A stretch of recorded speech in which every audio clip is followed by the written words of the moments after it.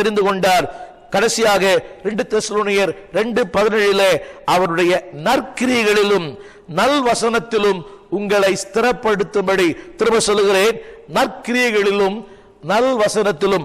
ஆங்கில வேதாமத்திலே நற்கிரியை என்று சொல்லும் போது சர்வீஸ் என்று எழுதப்பட்டிருக்கிறது. அவருடைய ஊழியத்திலே உங்களை ஸ்திரப்படுத்தும்படி.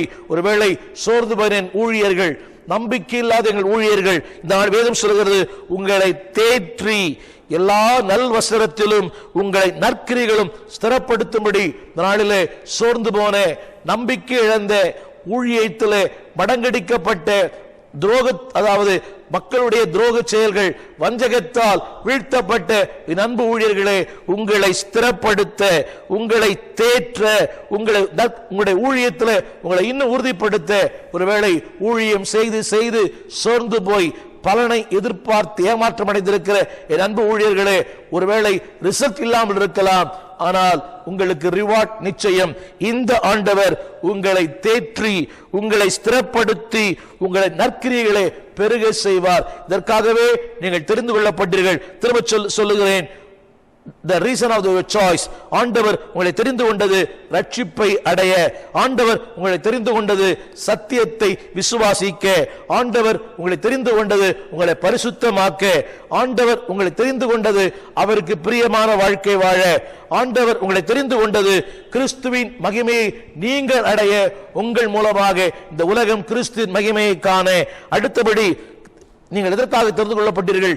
கிருபையை பெற்றுக்கொள்ள, கிருபைக்கு சொந்தக்காரராய் அந்த கிருபையை அநேகர் கொடுக்க நீங்கள் தெரிந்து கொள்ளப்பட்டீர்கள். கடைசியாக உங்களை ஸ்திரப்படுத்தும்படி, அவருடைய ஊழியத்திலும் அவருடைய வாழ்க்கையிலும் உங்களை ஸ்திரப்படுத்தவே தேவன் தெரிந்து கொண்டார். நாளிலே இந்த செய்தியை கேட்டுக்கொண்டிருக்கிற என் அன்பான சகோதரனே, என் அன்பான சகோதரியே, you are not an ordinary man, you are an extraordinary man, you are a choice of God.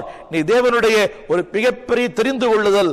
எனவே தான் இந்த நாளிலே இந்த செய்தியை கேட்க ஆண்டவர் உனக்கு உதவி செய்தார். திரும்ப சொல்லுகிறேன், தெரிந்து கொள்ளுதலை தெரிந்து கொள்வதற்கு ஒரு கிருபை தேவை. அந்த கிருபையை தேவன் உனக்கு தரும்படி உனக்காக ஜெபிக்க விரும்புகிறேன். ஜெபிப்போம். எங்கள் நல்ல தகப்பனே, உலக தோற்றத்துக்கு முன்னமே ஆதி முதல் நீர் எங்களை தெரிந்து கொண்டீர், பெயர் சொல்லி அழைத்தீர், தாயின் கர்ப்பத்தில் எங்களை உருவாக்கினீர். உம்முடைய தெரிந்து கொள்ளுதலுக்கு எங்களை முழுமையாக அர்ப்பணிக்கிறோம். ஆண்டவரே, ஒரு காலத்திலே தள்ளப்பட்டு கிடந்தோம், கடைத்தெருவிலே சும்மா இருந்தோம்.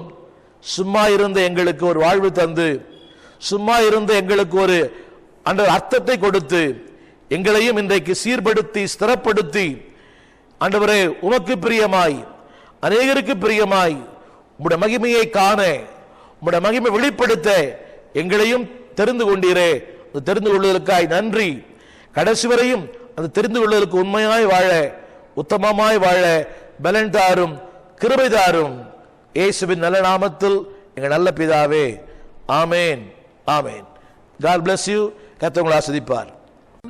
போதகர் ஸ்டீஃபன் தேவகுமார், திறந்த வாசல் சபை, 65 பரமானந்த முதலி தெரு, 7 கிணறு, சென்னை 600001. எங்களுடைய தொலைபேசி எண் 25281985. எங்களுடைய மின் அஞ்சல் stephen_opendoor@hotmail.com.